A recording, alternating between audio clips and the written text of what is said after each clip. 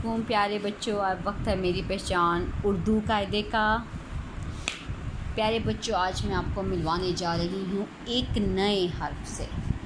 ये है दाल, ये है हर्फ दाल। आप देखिए, इसके पेंसिल फेरिए या हाथ फेरिए इस तरह से, दाल।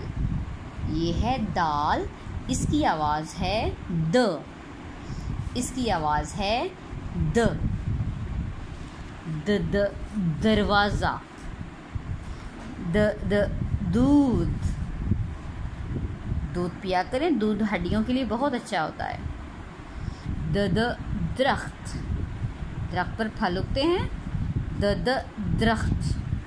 द दरवाज़ा, द दूध, द दरख्त। तस्वीर देखिए, दरख्त, दूध, दूध वाला, दरख्त।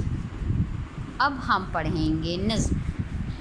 दूध वाला आया है, दूध लेके आया है।